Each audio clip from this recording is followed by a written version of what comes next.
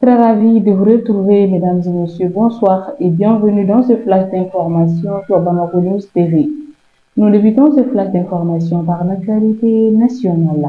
Lors de la réunion du comité interministériel de gestion des crises et catastrophes tenue le 22 octobre 2024, le ministre de l'Éducation nationale, Amadou Savané, a fait le point sur la situation des établissements scolaires occupés, inondés ou affectés par les pluies sur l'ensemble du territoire national. Dans son exposé, le ministre a indiqué qu'à la date du 21 octobre 2024, 126 écoles étaient occupées, dont 60 libérées et 43 restants à libérer.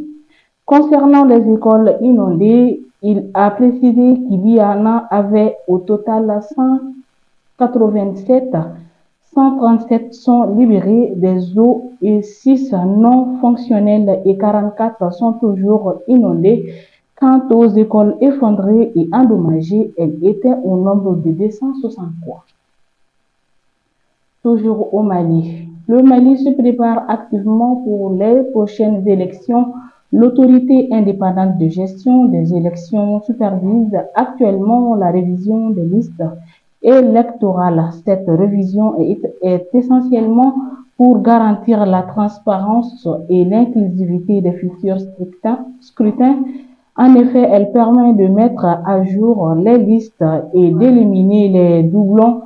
Par ailleurs, elle favorise la participation citoyenne en incitant les électeurs à vérifier leur inscription. Le gouvernement malien met tout en œuvre pour assurer le succès de ce processus. Des campagnes de sensibilisation sont organisées à travers tout le pays afin d'informer les populations sur leurs droits et devoirs électoraux. De plus, la digitalisation des services administratifs facilite l'enregistrement des électeurs. Grâce à ces efforts conjugués, le Mali espère organiser les élections libres, transparentes et paisibles. Cette étape marque un tournant important dans la transition politique du pays. Le Premier ministre, chef du gouvernement, Dr Choguel Kokala-Maïga, président du Conseil d'orientation et de suivi du Centre national de coordination du mécanisme d'alerte précoce et de réponse aux risques du Mali, a effectué une visite officielle au siège du Centre national pour la coordination du mécanisme d'alerte précoce et de réponse aux risques hier jeudi 24 octobre 2024. Le CNAP, qui reçoit pour la première fois le chef du gouvernement depuis sa création en 2017, a pour mission de recueillir des informations et des données sur l'éminence pesant sur la bonne gouvernance, la sécurité et la paix au Mali, d'en informer le gouvernement, de lui proposer des réponses adaptées aux menaces identifiées ainsi que de suivre et, si nécessaire, de coordonner la mise en œuvre des solutions décidées par le gouvernement ou par des organisations internationales.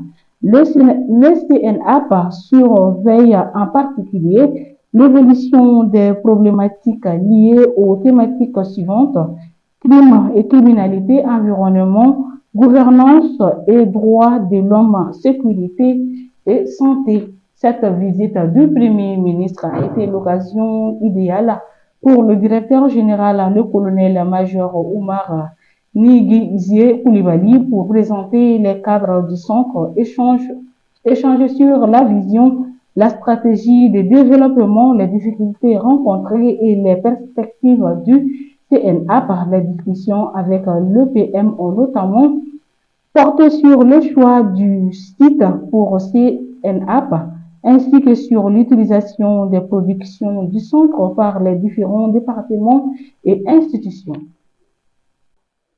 La cérémonie de passation de commandement entre le colonel Daouda Fofana, commandant des écoles sortant, et son successeur, le colonel Ibrahim Traoré, s'est déroulée le jeudi 24 octobre 2024 au sein du commandement des écoles et des centres de formation situés à la caserne chef d'escadron Bala Koni à Faladé. Cet événement solennel a eu lieu sous la présidence du général de brigade Moussa Toumani Kone, directeur général de la gendarmerie nationale, en présence de nombreuses personnalités civiles et militaires. Une passation de commandement symbolique et solennelle. Le général de brigade Moussa Toumani Kone, au nom du président de la transition, chef de l'État et chef suprême des armées, a présidé la cérémonie. Au cours de cet événement, il a investi le colonel Ibrahim Traoré de ses nouvelles fonctions et par une formule le protocolaire pour marquer officiellement la prise de commandement. Le nouveau responsable a reçu des mains du directeur général les couleurs nationales, symbole fort du leadership militaire et de l'autorité conférée. Dans un communiqué rendu public le jeudi 24 octobre 2024, le ministre de l'Économie et des Finances, le ministre des Mines accuse Barrick Gold de ne pas honorer ses engagements. Quelques heures plus tard, la société canadienne a réagi aux allégations du gouvernement. On croyait définitivement résolu les différends entre le gouvernement du Mali et Barrick Gold. Dans un communiqué le 30 septembre dernier, Barrick avait annoncé avoir trouvé une résolution globale aux réclamations et litiges existants entre le gouvernement et les sociétés minières Lolo et Gunkuto du groupe Barrick. Les détails de l'accord avaient annoncé Barrick seront rendus publics une fois les termes du règlement amiable finalisés. Les détails de l'accord ne seront jamais relevés, puis un nouveau différend surgit entre les deux parties. Selon le gouvernement malien, Barrick Gold n'a pas honoré les engagements auxquels il a souscrit dans l'accord conclu et dont la mise en œuvre a commencé le 4 octobre 2024. La journée de plaidoyer de haut niveau organisée hier par le ministère de l'Entrepreneuriat national, de l'Emploi et de la formation professionnelle en partenariat avec l'ONU Femmes a pour objectif de faciliter l'accès au marché public des couches vulnérables, femmes, jeunes et personnes vivant avec un handicap. La clôture de cette journée, après 2 jours d'ateliers techniques, a été présidée par le Premier ministre Choguel Kokala Maïga. Il y avait aussi la ministre chargée de l'entrepreneuriat, Mme Barayoko Aminata Traoré, et d'autres membres du gouvernement. En effet, malgré la contribution des femmes, des jeunes et des personnes vivant avec un handicap aux objectifs de développement durable, elles continuent d'être sous-représentées dans les cibles bénéficiaires de marchés publics, alors qu'il est connu, comme l'a rappelé le chef du gouvernement, que si une société veut réussir, il faut faire intervenir les femmes.